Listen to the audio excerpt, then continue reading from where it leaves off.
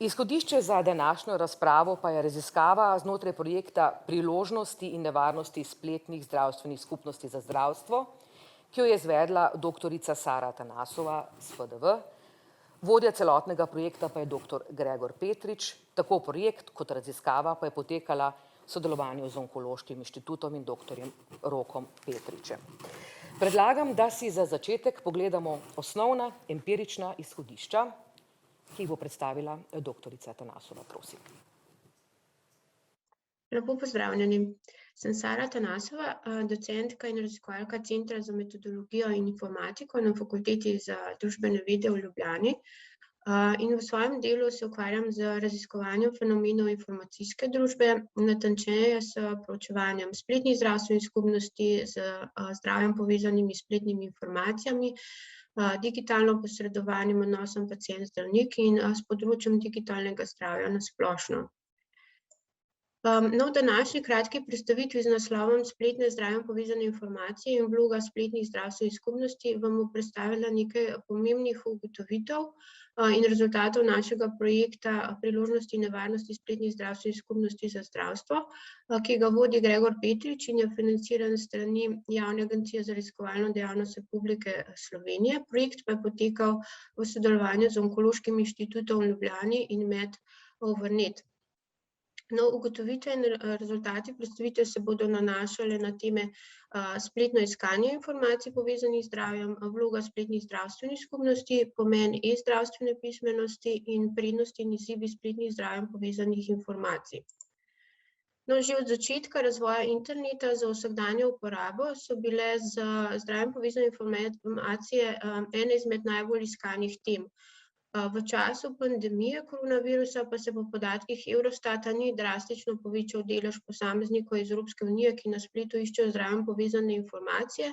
Na primer, leta 2018 je bil ta delež 52%, leta 2020 pa 55%. Kar se je spremenilo, so verjetno z zdravjem povezane teme, ki so jih posamezniki pač iskali. Naj vam predstavim tudi nekaj podatkov za Slovenijo, Statističnega urada Republike Slovenije, ki kažejo, da je internet v prvem četrtletju leta 2021 uporabljalo 89% posameznikov, starih 16 do 74 let. Od tega jih je 68% prek interneta opravljalo kakšno aktivnost povezano z zdravjem, največ od teh pa je, torej 54% pa jih je iskalo zdravjem povezane informacije. 31% se jih je naročilo na obisk pri zdravniku prek spletnega obrazca, 12% jih je dostopalo do lastne zdravstvene dokumentacije, na primer prek portala Zavem, 19% pa jih je uporabljalo druge zdravstvene storitve, na primer so se prek spleta posvetovali z zdravnikom. Pri omenjenih podatkih je izredno zanimivo, da je več kot polovica posameznikov naletelo na po njihovem mnenju neresnično ali dvomljivo informacijo, vendar pa jih 68% ni preverilo resničnosti te informacije. Po podatkih naše raziskave, ki je bila izvedena s spletnim panelom Jaz vem v obdobju od oktobra 2019 do januarja 2020, so posamezniki, ki prebolevajo ali pa so preboleli bolezen raka, v povprečju najpogosteje pridobivali informacije o bolezni raka pri zdravnikih in specialistih, na internetu, pri medicinskih sestrah in pa pri posameznikih, ki so imeli ali pa imajo podobno diagnozo kot oni.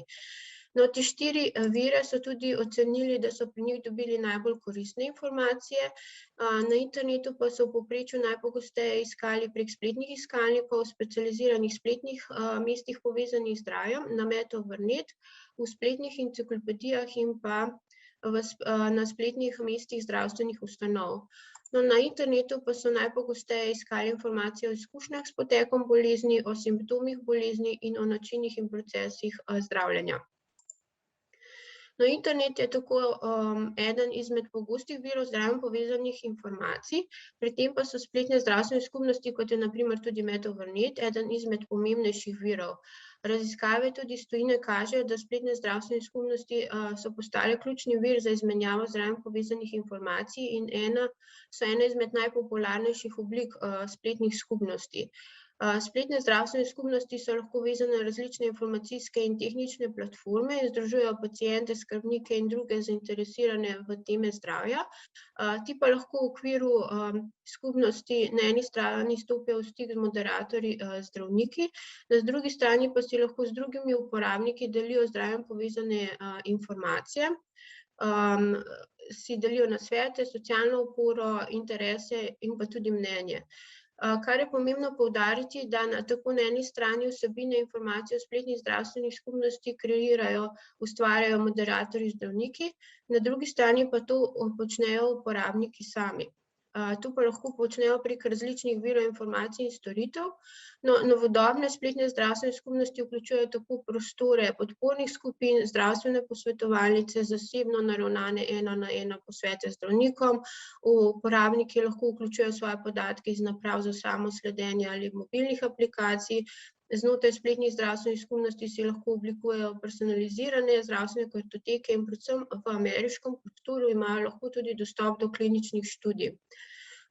Po Sloveniji je po številu uporabnikov največja spletna zdravstvena skupnost Med-Over-Net, v tujini pa naj omenjam znane primere, kot so Health Unlocked, Patients Like Me, Cure Together, WebMD in še mnoge druge.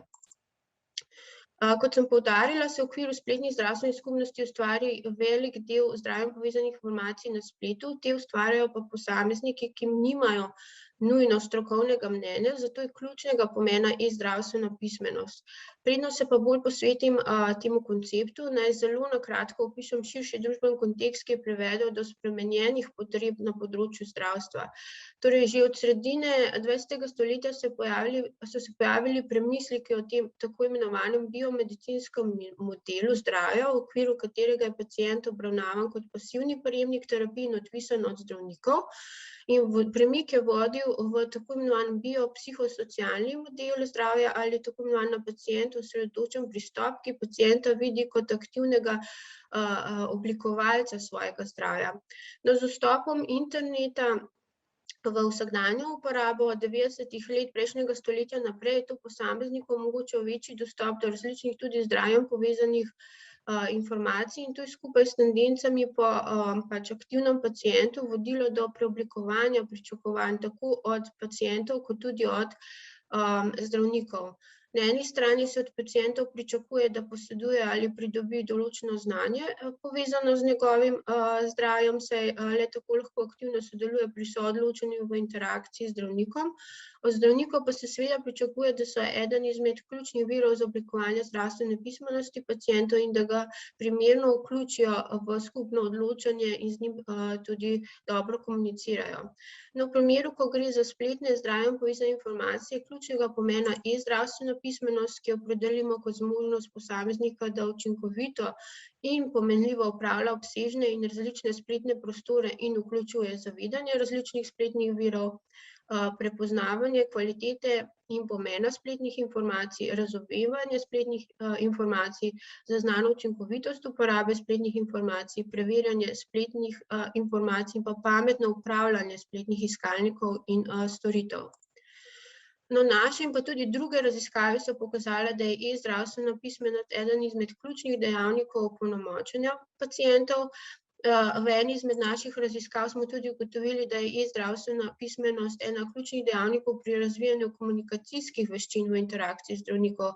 Takšni pacienti imajo ponavadi več nadzora in samozavesti pri postavljanju vprašanj ter sodelovanju pri odločitvah. V kontekstu spletnih zdravstvenih skupnosti smo tudi ugotovili, da imajo različni tipi uporabnikov tudi različne stopnje e-zdravstvene pismenosti. Na primer, tako imenovani aktivni iskalci pomoči, ki najpogosteje sodelujejo v zdravstvenih posvetovalnicah in so torej pogosteje v interakciji z moderatorji zdravniki, imajo v primerjavi z drugimi najvišjo stopnjo e-zdravstvene pismenosti. V tej skupini je tudi največ visoko izobraženih žensk. Zanimivi pa so tako imenovani ti osrednji povezovalni uporabniki. To so tisti, ki v okviru spletne zdravstvene skupnosti so najbolj aktivni in kreirajo največ vsebin. Posedujejo zadovoljivo raven e-zdravstvene pismenosti, vendar v najmanjši meri preverjajo spletne informacije in imajo najnižjo raven pametnega upravljanja spletnih vsebin. No, za konec bi izpostavili nekatere prednosti in izzive spletnih zdravjem povezanih informacij in sodelovanja v spletnih zdravstvenih skupnostih, ki temeljijo pač na naših raziskavah. Torej, spletne zdravstvene skupnosti omogočajo dostop do različnih virov informacij, vendar to ne pomeni, da so informacije nujno kvalitetne in kredibilne.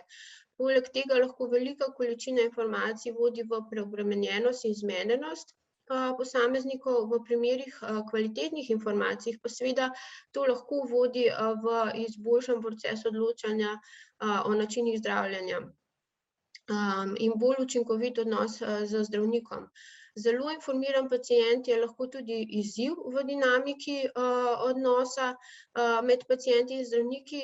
V raziskavah pa smo tudi ugotovili, da posamezniki, ki sodelujejo v spletnih zdravstvenih skupnosti in imajo lahko v določenih pogojih tudi višjo stopnjo samoučinkovitosti pri soočanju z zdravstvenimi težavami. V primerih nizke e-zdravstvene pismenosti pa lahko to vodi tudi v tako nevarno samodiagnosticiranje. No, splet in spletne zdravstvene skupnosti omogočajo možnost razpravljanja tudi o občutljivih in stigmatiziranih temah in dostop do različnih skupin ljudi. To je lahko tudi seveda izziv, saj stiki med posamezniki z nasprotnimi stališči lahko vodijo v konflikte in nerazumevanja, če pa so posamezniki ujamejo v preveč homogene skupine, ki so prepričane v pravilnost svojih stališč, pa to lahko vodi tudi v nezavedno krepljenje slabe pismenosti. Splet tudi omogoča, da se združujejo pacienti s podobnimi dolgotrajnimi boleznimi in s tem krepijo svojo socialno oporo pri soočanju z boleznijo. V okviru teh pa so lahko uporabniki seznanjeni tudi z negativnimi informacijami o svoji bolezni, in kar lahko vodi tudi v duševne stiske. No, spletne informacije lahko tudi služijo kot dober pripomoček pri dodatnih razlagah pacientov, izziv pa je, kako si pacienti te informacije interpretirajo. No, mislim, da na kratko opisane prednosti in izzivi lahko služijo kot iztočnica za nadaljnjo razpravo. Najlepša hvala za vašo pozornost.